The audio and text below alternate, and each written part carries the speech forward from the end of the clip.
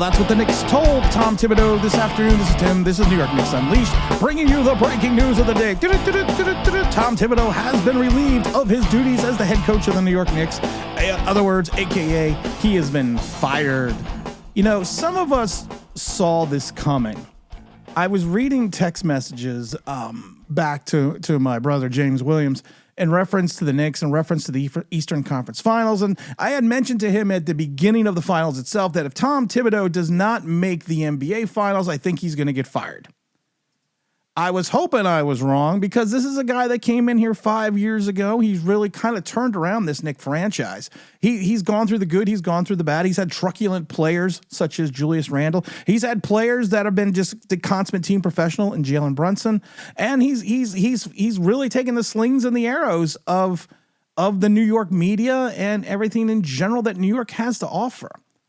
But Leon Rose making the decision that the Knicks had made the Eastern Conference Final for the first time in 25 years. Of course, we did lose in 6 games to the Patriots, had decided to move on from Tom Thibodeau.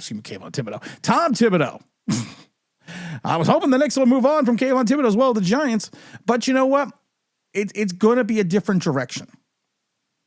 You know, and Leon Rose came out with a statement. Our organization is significantly focused on winning a championship for our fans. This pursuit led us to the difficult decision to inform Tom Thibodeau that we decided to move in another direction, says Rose. We can't thank Tom enough for pouring his heart and soul into each and every being of the New York Knicks, being the New York Knicks head coach. He's led us not only with the first-class organization with professionalism for the last 5 years, but also a tremendous success on the court with 4 playoff bursts, 4 playoff series victories. Ultimately, we made the decision we feel is best for our organization moving forward. Tom will always be a part of our Knick family, and we truly wish him nothing but the best in the future.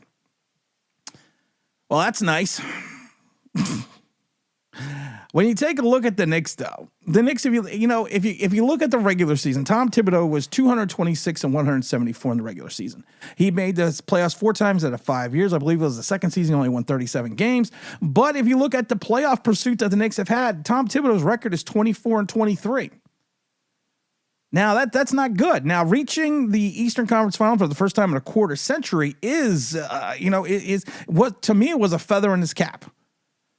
I thought potentially he was going to earn the opportunity to come back.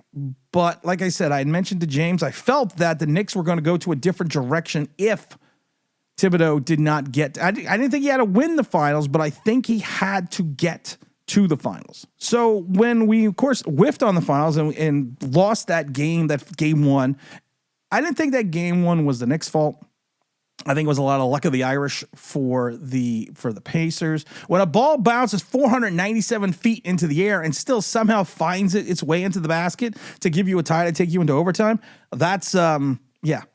And when the Knicks scored points in those final couple minutes in the fourth quarter, but the only problem is they allowed the threes. It was the defensive breakdowns at times that really hurt this Knicks team, and of course, defense is supposed to be Tom Thibodeau's specialty. Jalen Brunson was asked, about the Tom Thibodeau, and if Tom Thibodeau, after the elimination, if Tom Thibodeau was the right guy for the job. He said, "Is that a real question? Come on, you just asked me if I believe this guy is the right guy. Yes, come on." You also have Josh Hart coming out on Twitter just a few moments ago and saying, "Forever grateful, thank you." This is a guy that had the locker room. Tom Thibodeau is not a guy that did not have the support of his own players. It was the support of management. And the issues with Tom Thibodeau is if you look at it a little bit deeper, like I said, you take a look at that playoff record, you take a look at, what he has done with this team and the overuse of the starters, and then the strange thought process he had in these final couple series is, listen, I'm going to play the bench. I'm going to empty the bench. Not empty the bench, but I'm going to go 4 or 5 guys deep. When you would have people like Brunson and Bridges and Hart play anywhere between 42 to 48 minutes a night, all of a sudden with 14 games potentially left in the entire season to win a championship, you decide to change your philosophy and go to the bench? And it's like old Mother Hubbard. There's not much in that cupboard, which is the failures of Leon Rose because they built a starting 5 that could rival and play with the Boston Celtics. I thought this team matched up better against the Cleveland Cavaliers. I said at the beginning of this series, I would prefer to play Cleveland. But I thought they could beat Indiana. Indiana, though, the problem with that, playing them, is Indiana's young and athletic, and they run at you 10 deep. That's what they do. And these guys play hard every moment. Not that the Knicks don't play hard, but what I'm saying is these guys come at you in waves. So when you take a look at that and the way Tom Thibodeau tried to manage his bench, listen, the minute restrictions on your starters should be out the window when you potentially could be 14 games away from an NBA championship. You play these guys till the wheels fall off the bus. Now, of course, Josh Hart had his John Starks moment in Game 6 and in Game 5, which not as bad as Charles Smith. But you take a look at that. Yes, he didn't play well enough. He should have. And also the change, now the more I'm thinking, maybe they should have just fired his ass. The change, the lineup, putting in Mitchell Robinson. Yeah, I know that I know that Cat is not going to give you that defensive presence, but he's still going to give you a couple blocks. He's still going to give you 10, 12 rebounds. He's going to give you 25 points if you help facilitate the offense through him, if you run the pick and roll. And taking one of your most viable defensive weapons in the middle in Mitchell Robinson and starting him over Josh Hart never really made sense to me, because you're also taking away the passion and the decisiveness of Josh Hart, even though he wasn't playing well. So it's a quandary wrapped in a riddle. Where do the Knicks go from here, though? That's the question. Like I said, you have a guy that literally has the locker room. The guys in the locker room evidently love him, except for the likes of Julius Randle. But I think Julius Randle doesn't like anybody. I don't think that has anything to go against Tom Thibodeau. But like I said, Thibodeau, who's known for playing his starters big minutes, I loved it because there was a thing on TikTok that said, take the top 3 guys on a team. They even said, who were the top 3 players in reference to minutes minutes played. Top 3 players on and I love it out of the entire NBA, and the top 5 were all Knicks. So you explicitly just decide, you know what, I'm just not going to play the bench. He does have, like I said, he's got a career winning percentage of 579% as a head coach. Highest by any head coach without a finals appearance in NBA history.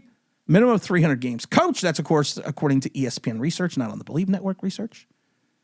He had that run again, like it's Chicago, had that run again with the Minnesota Timberwolves. But is it his failure that the bench was not constructed properly by Leon Rose, because Leon Rose focused more on winning the starter? Because, like I said, the lineup of OG Anunoby, Bridges, Brunson, you got the big cat in the heart. That is probably one of the best starting fives, or one of the top 5 starting fives in the entire league. But when you have nothing behind it, if you don't have a Vinnie Johnson, a Microwave, or a Quickly, or even a Grimes that can come on and score when needed, instant offense, heat up the team. If you don't have that DiVincenzo, that little bit of nasty, that little bit of dog in you, you don't have that off the bench. Maybe they can figure out how to do this. Is there a big trade in the works? Is there going to be a coaching situation that's going to surprise us all? Are we going to dive into the depths of college to find somebody? Is there a big name out there that is willing to come in and take over this Knicks franchise, who right now at its core maybe has a 2 to 3 year window of winning an NBA championship? These are a lot of big questions the Knicks are going to have to, and we're going to start doing. I think we're going to start doing a couple, at least 2 podcasts a week now with the Knicks, because I am curious about all these things. This has gone into a great direction for the Knicks.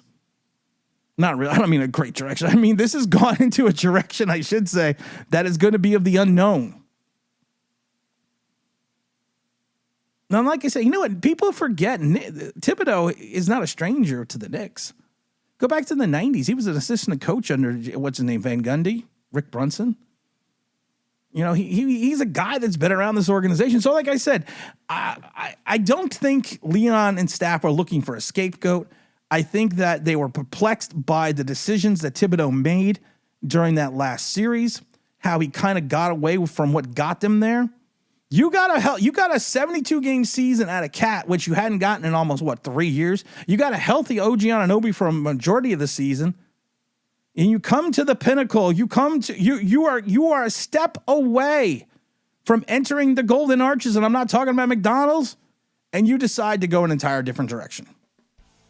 All right, Knicks, Knicks fans, it's gonna be easy. We're gonna do a new intro. We're gonna do a lot of fun stuff coming up. So make sure you stay tuned. This is Tim. This is New York Knicks Unleashed, and I'm out of here.